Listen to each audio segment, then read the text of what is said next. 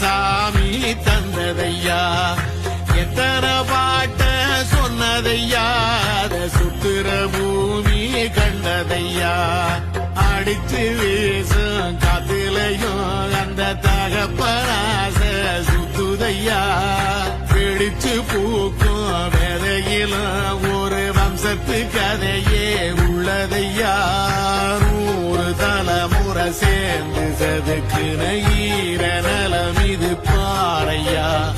வாழும் வரையிலும் நீயும் விதைக்கிற கடமை இருக்கு கேளையா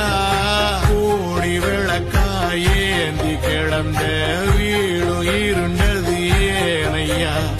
மாட விளக்கா நீயும் வரத்தான் வீடும் ஏங்கி நிக்குது